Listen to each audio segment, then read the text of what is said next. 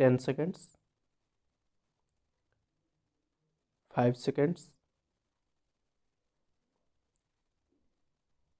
I hope you will help us in analyzing these concepts so that we may not be led away by the slogans of politicians and statesmen.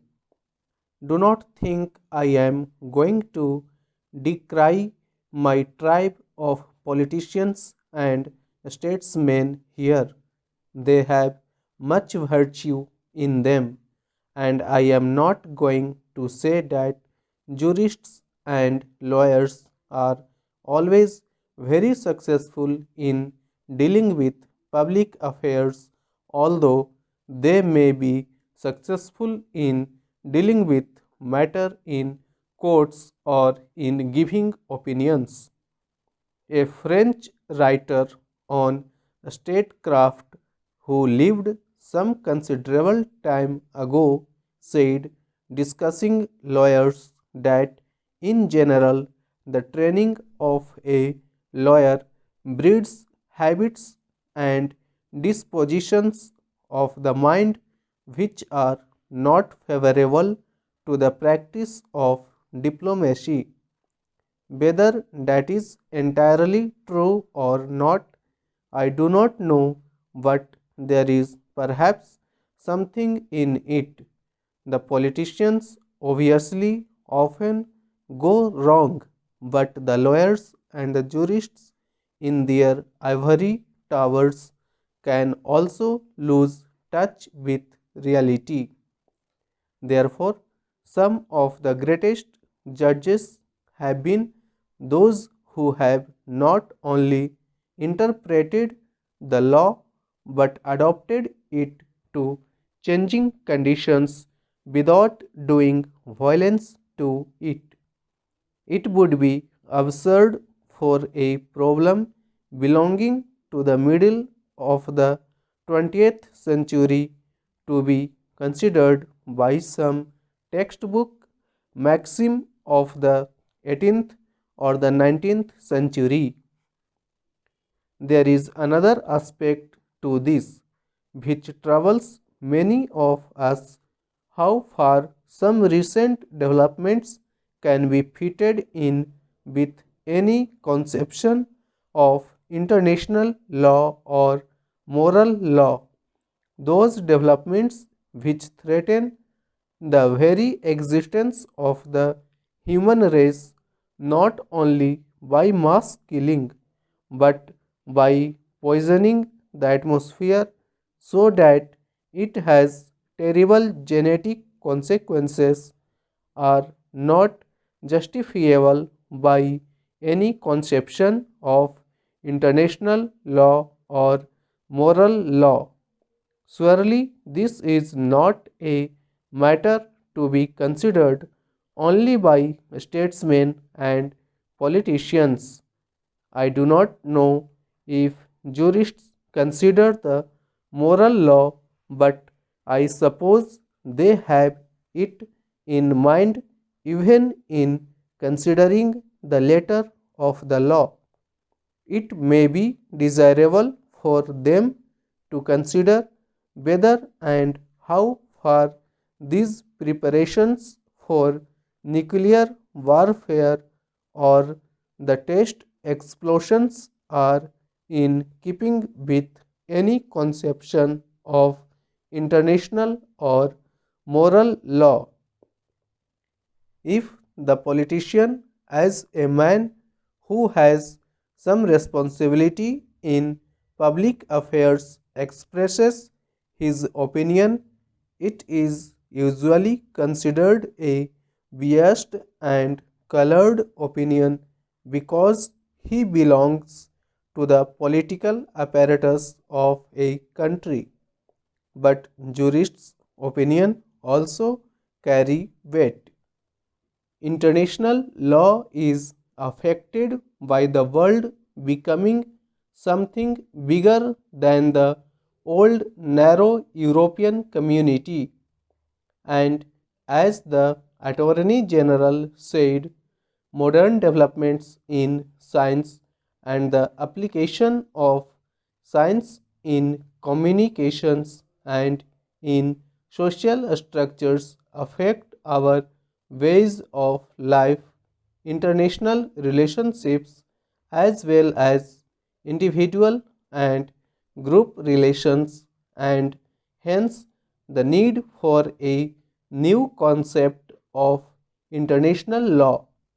You have referred new concept of international law, Mr. Attorney General, to Panchasheel, the five principles which have been accepted by a number of countries of Asia and some countries outside Asia.